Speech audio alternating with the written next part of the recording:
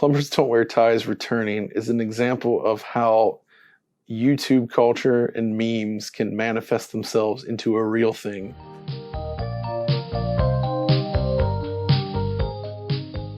I think the most common question when seeing that Plumbers Don't Wear Ties is coming back is why? Why on earth? Like, to me, that's almost more enjoyable than getting to release this project. Just knowing that there are people out there thinking, why are they wasting their time doing this? If you're just purely happy that Plumbers Don't Wear Ties is coming back, I think we need to have a conversation, because you shouldn't just feel happy.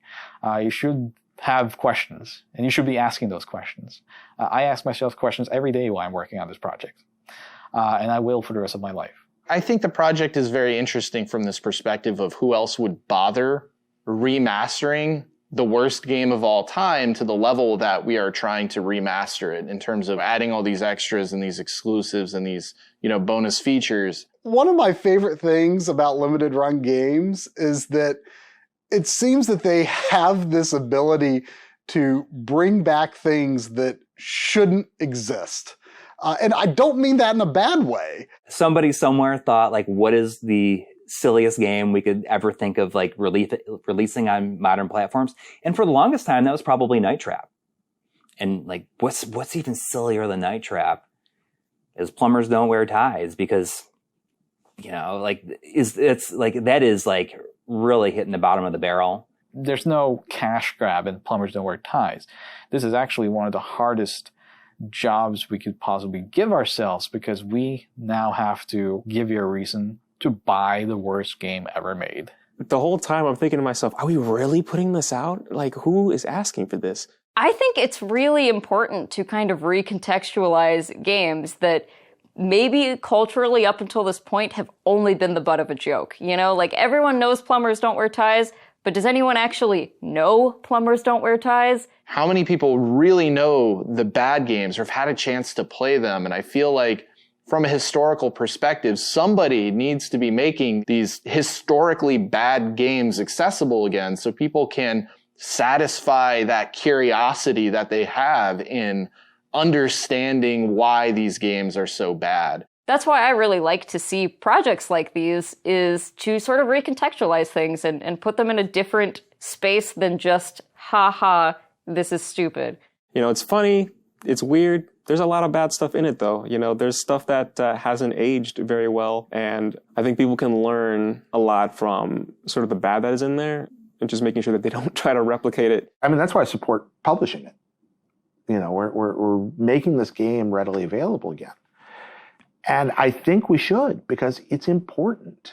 Remember the bad parts of your history. Just remember them in context. And I think this is a good context to engage this game. When you go to a museum, not everything there would have been considered high art at the time of its release. We understand this, and Plumbers is certainly not high art, but it's a part of our culture, right? And it represents something that was really unusual for the console space. Anything that brings us closer to all video games of all history being available, I think is a very noble effort, even when it results in the release of the worst video games. There's a strong argument for the preservation of the worst games ever made being just as important as the best games ever made. Sometimes those interesting experimental efforts are more interesting to look back on than something that was, just really good and, hit the ball out of the park right away. The kind of noble, ambitious failures are as interesting to look back on as the successes. Those games, they can contextualize and tell you a slice of life of when these games came out and what the industry was like when they came out. Being able to actually look back at it and understand kind of what they were doing, what our market was like at the time, why does this exist? When you're looking at this as a complete sort of time capsule, I think it becomes a lot more compelling. I hope that what we're doing with this game can contribute to what its final legacy will be. I think, like myself, there is a subset of people that find this era of video game history just fascinating. I gather that those people are the ones that are actually okay, I'm kind of curious to see what the heck are they going to do with this thing? Most people, I think, kind of got it. And this made me very happy for the reasons of game preservation. I'd come to a place where people kind of were like, yeah, this is awesome. It's not just about having these greatest 8-bit games put in a compilation. It's not just about that anymore. I think the time is ripe for games like this to be reevaluated. And specifically this one, because it is so unusual for, in terms of its content and its structure. I'm kind of hoping it inspires people to make games that are just as wacky and zany as this. Hopefully not still images, but, get the vibe that this game kind of emits and see if they can try to replicate it with something that they want to make. So I want to say thank you for supporting an effort to remaster a game that nobody would have ever expected to get a remaster. And your support of projects like these will enable us to do more things like this in the future and remaster more games that are unexpected, forgotten, but historically significant to some level. Games that other people might not touch because they're bad or they're not games that have this huge, wide amount of appeal. And I really appreciate people who will support endeavors like that. Hi, my name is Jane. We hardly know each other, but that's about to change. You're going to get to know a lot about me, maybe even more than you imagine. This whole thing's kind of like a blind date. I mean, here we are in your brand new Corvette, riding along the super information highway. Put your big, muscular arm around me and whisper sweet things in my ear. And I promise to do whatever your little heart desires, but only if you make the right moves. Just imagine watching me get propositioned by my sleazeball boss. Why, you could even make me strip for him. But if you make the wrong moves, you could turn me into a nun. Imagine that. Me? A nun? Ha! I don't think so. But it's really all up to you. God knows what you'll do with that hot little mouse of yours. Point is, life's a game, and this game is full of life. You do right by me, and I guarantee I'll do right by you. But please don't turn me into a nun. I'm not that kind of girl. I've got a reputation. Around town, I'm known as Microwave Jane, because they say I heat up faster than any micro. And when the fire chief visited, he wrote up a new code and made me wear a smoke alarm between my thighs. And then the Coast Guard complained that I was creating tsunamis in my waterbed. And then the Pope visited and said I was the only person on Earth that had been on my knees more times than he had. Now the president's filed a restraining order claiming I have a romantic interest in the Washington Monument. Oh, you men can be so vicious. Look at me. Just look at me. Do I look like that type of girl? Well, if you think I'm that type of girl, you got another thing coming, mister. Because I don't do one-night stands, I don't date musicians, and I don't roll over just because you bought in this game. Fair warning. I'll be resisting your every move and enjoying your every mistake. I trust it won't be the first time you made mistakes with the opposite sex. Now listen up, the rules of the game are real simple. You see, I meet this guy in the parking lot. Now you are supposed to identify with this guy. I mean, you in your own perverse, simple-minded way are supposed to be him. Got it? Now if you make the right moves, I end up with this schlep. That is, I end up with you. But if you get real lucky, you end up saving me from the bad guy. You become my hero. And as the hero's reward, guess what? You get to take me home and have your own degenerate little way with me. Of course, if you make the wrong move, you may just end up playing with your little mouse the rest of the night. It's all up to you. Are you game? Then come with me and you'll soon discover why plumbers never wear ties when I'm around.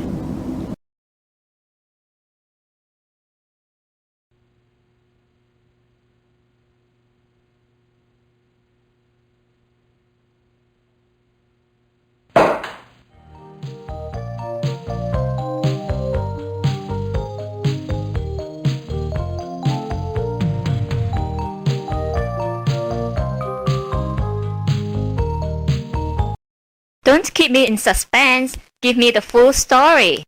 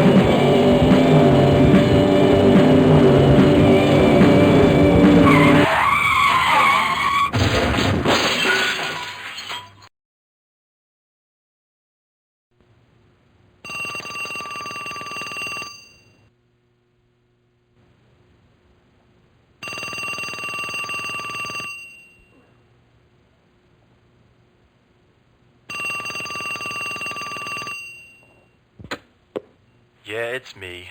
Leave your message at the beep and I'll come back to you. It's your mother. Now get your ass out of bed. I know you're there, John. John? I said get up, John. John, if you don't pick up this phone, I'll be in your face in 5 minutes.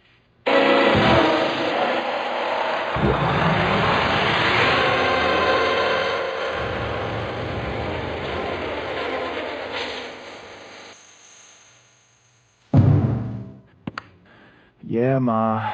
What are you wearing today? My birthday suit. Very funny. I want you to wear that nice tie I bought for you. The polka dot tie? Get out of here. That sucks. What did you say? It's seersucker. I hate seersucker. Polka dots are not seersucker. Just wear it. It'll make a good impression. On who? The rats?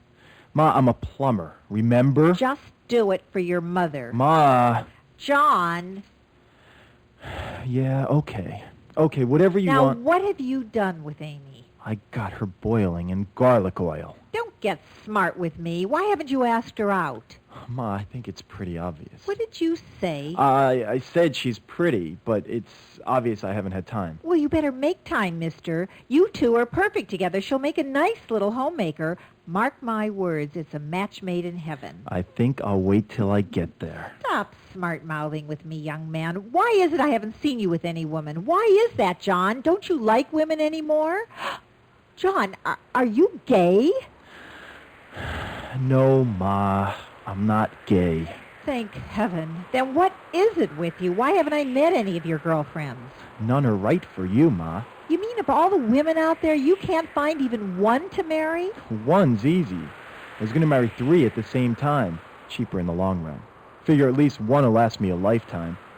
It's like the warranty they give you when you buy a water faucet. Cut the crap and listen to me. It's time you got married. You need children. I need grandchildren. I need my only child to bear fruit. And in my lifetime, don't you love your mother? Ma, just drop it, okay? No, I won't. Amy's perfect for you. Poor thing's just waiting for you, John. She's not my type. And what is your type? Some biker slut? You hate me. Don't you? You hate my guts. Well, don't you? Go on, admit it. Ma, it's just... I'm sick and tired of your excuses. Now I'm having Amy over for dinner tonight, and I want you there. Well, I'm busy. You be there at 6 sharp, mister. Ma, you're making me late for work. Love you. You Bye. hear me, John? I said 6 sharp. Bye. I'm expecting you.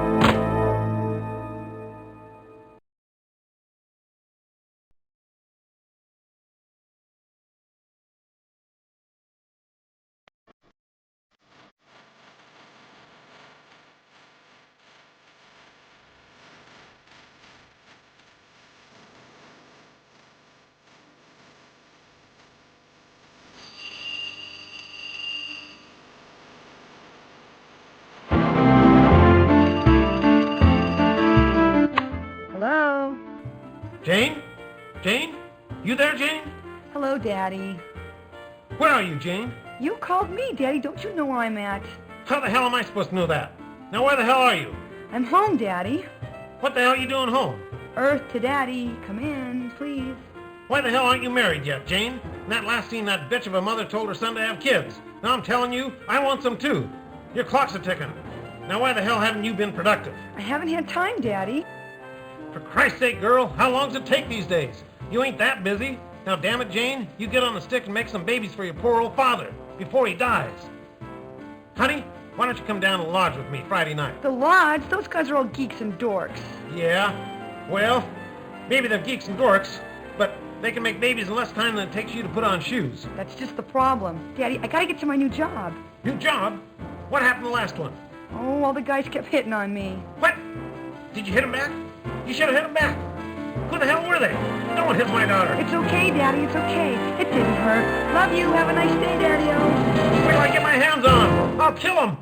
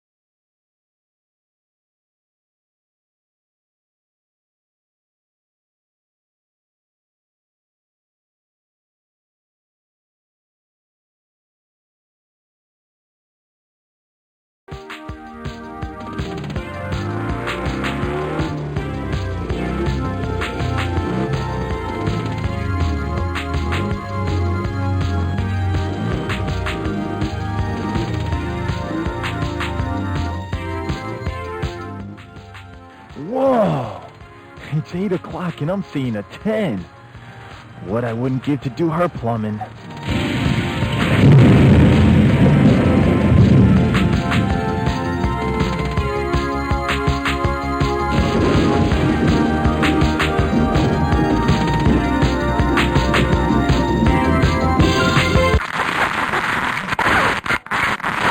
Whoa, I'd call that better living through chemistry. This is Harry Armis. Welcome aboard. Please extinguish all smoking materials during this story, because it's going to get hot enough as it is. And fasten your seatbelts, because I'm about to turn this story over to you. Your assignment, should you accept it, is to get these two lovebirds together. You know how difficult it is in real life. One wrong move, and you're sitting home on a Saturday night. One wrong move here, and the consequences for these lovers could be dire and unexpected. Fair warning, sport. Go ahead, make their day, and your choice. But you better make it damn good. Remember, we're keeping score. So, who do you want to make the first move? If you want John to do it, hit A now.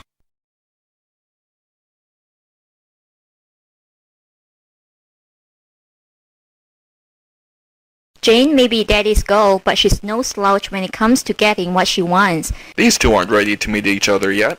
Have them do it later on.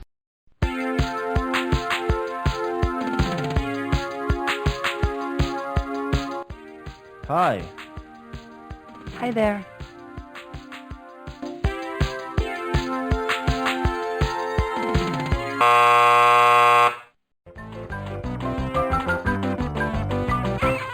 Hey, sport, how you doing? Guess who? It's Harry, your buddy. I knew I could count on you to screw up the story. Way to go! We got their adrenaline flowing, pumped up their interest, and you just let them walk away? You really bit off on that romantic sunset choice, didn't you? What a wimp. Hope you don't wait for romantic settings to meet someone. Let this be a lesson to you. Wait. You may be saved. John's having second thoughts. Let's listen in.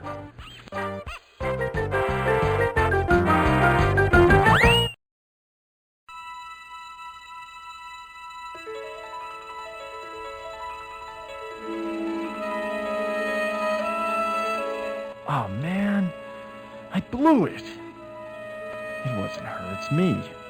I gotta get some balls when it comes to meeting chicks. Maybe if my skin were a different color. Chicks don't like white guys anymore. They think we're too straight. Anglo's got no rhythm.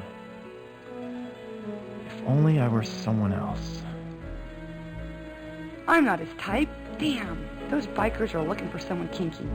Maybe I should look more kinky. Nah, he's not for me. I just want to meet some nice guy. Maybe if I were small-breasted and just normal.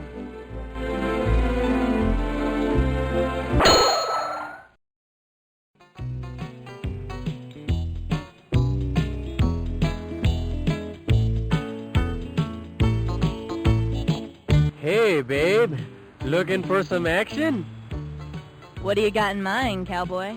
Oh, maybe go to my place. You know, hang out, have a beer, get laid. You know. Get laid?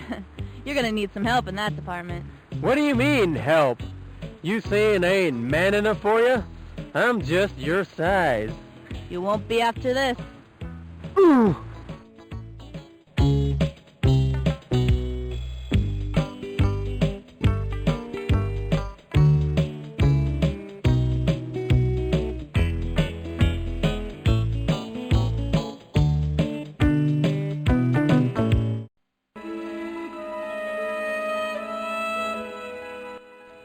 All I want is a normal guy. Maybe it is time I settled down. I just want a normal life, you know, nothing special. Just a small house in the suburbs with lots of friends, a shaggy dog, a white Jeep station wagon, maybe a bit part at the local playhouse every now and then, canasta on Saturday afternoons with the neighborhood wives, maybe an affair with the meter man. If only I could meet the right guy.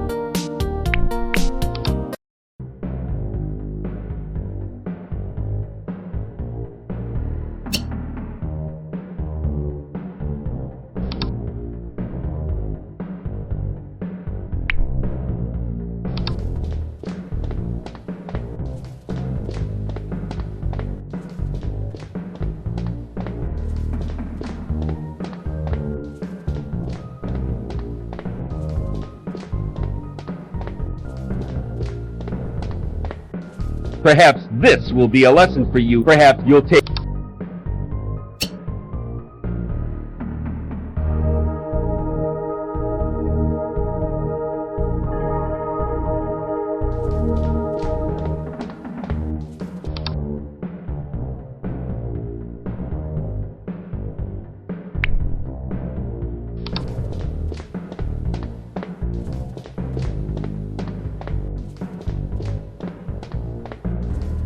Perhaps this will be a lesson.